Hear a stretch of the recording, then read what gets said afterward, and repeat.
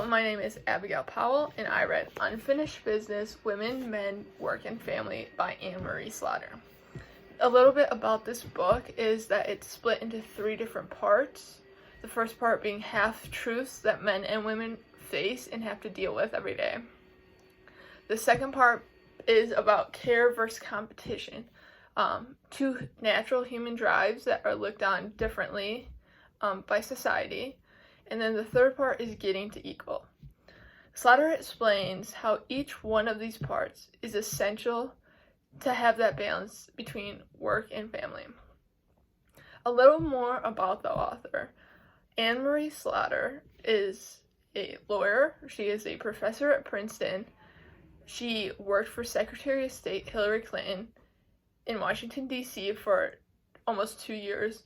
She is a wife, and she is a mother of 2 sons. What inspired her to write this book is her time in Washington, D.C. During her tenure as professor at Princeton, she was offered a job in the Foreign Policy Department at the White House under Secretary of State Hillary Clinton. She couldn't pass up this opportunity because foreign policy was her passion. So she had to decide with her husband whether to uproot their lives and move to Washington, D.C., or to commute every week from Washington, D.C. back to home. She decided to commute. Her doing this put a toll on her sons and her husband.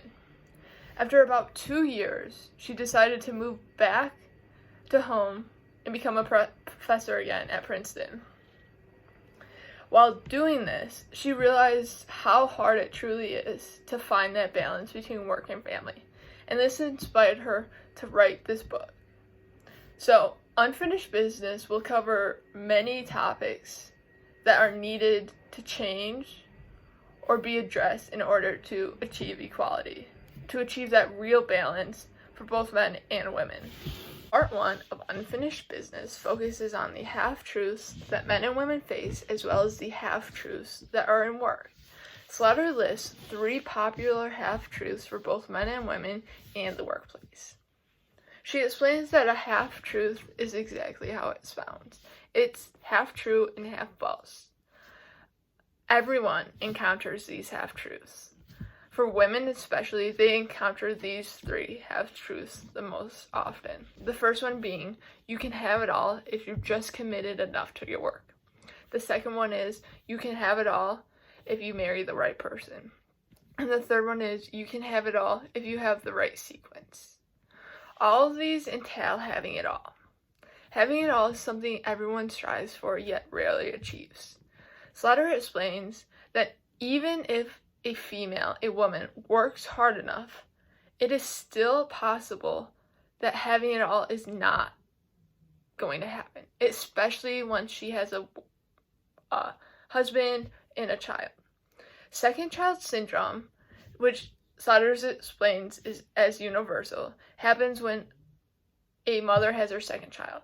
At that point, work and companies see women as not committed to work anymore, and just takes them out of the ladder of success automatically, takes them out of any promotional opportunities. So having it all is very hard to achieve with these half-truths that are built into society. Secondly, for men, their half-truths include men cannot have it all either, children need their mothers, and it's a man's job to provide. The first one that Slaughter explains is that men cannot have it all either. It's a common misconception that men have it all. They have the prestigious career path, and they have the family. What's commonly overlooked is the fact that many men don't get to spend time with their families anymore because of how much they work. They don't have the equality at home as women are striving to get at work, and this is an issue. The second one, children need their mothers. Slaughter explains that this was not always the case. Back when society was hunters and gatherers, children needed their fathers to teach them how to hunt.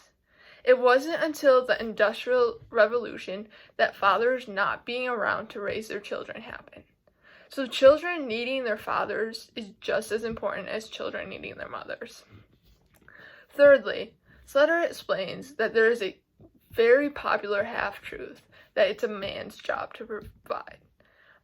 Many boys are raised with the idea that they need to provide for their family. Their father provided for them, so they must provide for their children. That is built into society. And in order to achieve equality for everyone, we must change the way society is. This means eliminating these half-truths and getting equality for both men and women. Part 2 of Unfinished Business focuses on 2 basic human drives that everyone has: care and competition. Slater explains that caring versus competition is a real reason why equality still is not reached. It is easier for women to go into the competitive field because throughout the last 50 to 60 years, females have broke that glass ceiling. They're able to go into the breadwinning jobs. On the flip side of that, men have not been able to break that glass ceiling as much. They are not as easily accepted into caregiving jobs as women are accepted into competitive jobs. When men become nurses or teachers, there is a stigma behind it of being less masculine. So this does not allow for equality. Slater explains that the next big movement that needs to happen in the women's movement needs to be a man's movement. She explains that this is breaking those glass ceilings in the caring field, that being a stay-at-home dad, that being a lead parent is not less masculine, that being a caregiver is not less masculine. For society to be truly equal, Slater explains that's what needs to happen. In this part, she also looks at managing kids versus managing money. She boils these 2 things down also to care versus competition. She explains how managing kids is looked so poorly upon compared to managing money, yet managing kids sets up the future. Again, her point is not to devalue managing money, yet it's to reevaluate managing kids. Most people in society do not realize that the first 5 years of a kid's life are the most important. Slater explains that with a good caregiver, with a good teacher, or a good person at home, a kid's chances of being successful in life is so much better than it would be if he or she did not have a good caregiver. Allowing men to be that caregiver will be a great step into equality. Slater explains this throughout all of part 2.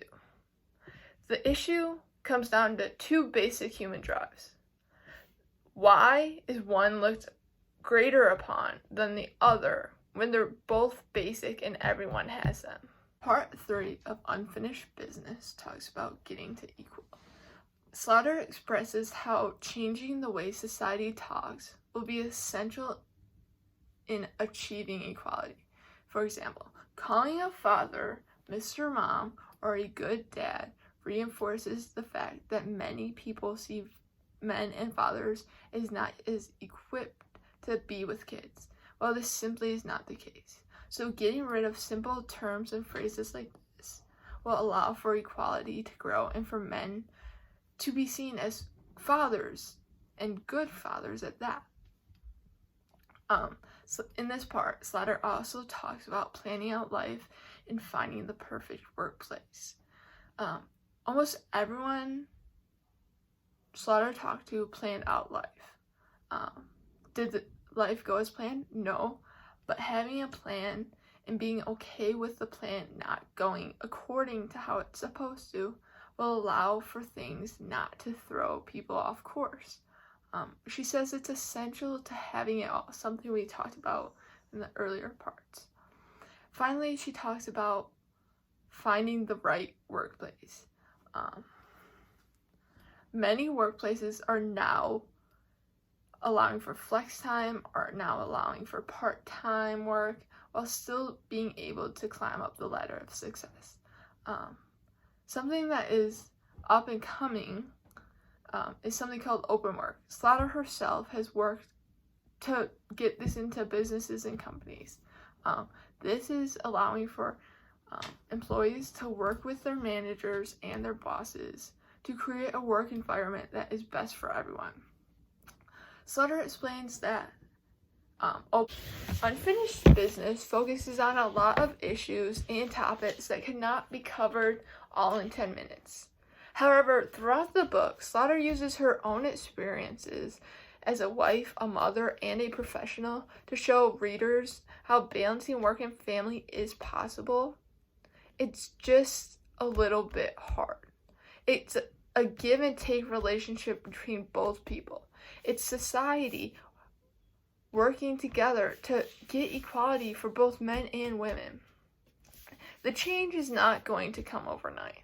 However, if men and women work together to eliminate the half-truths that they both face, to get equality, to break the glass ceilings as mentioned for both men and women, then balancing work and family will be easier. Thank you for watching my presentation.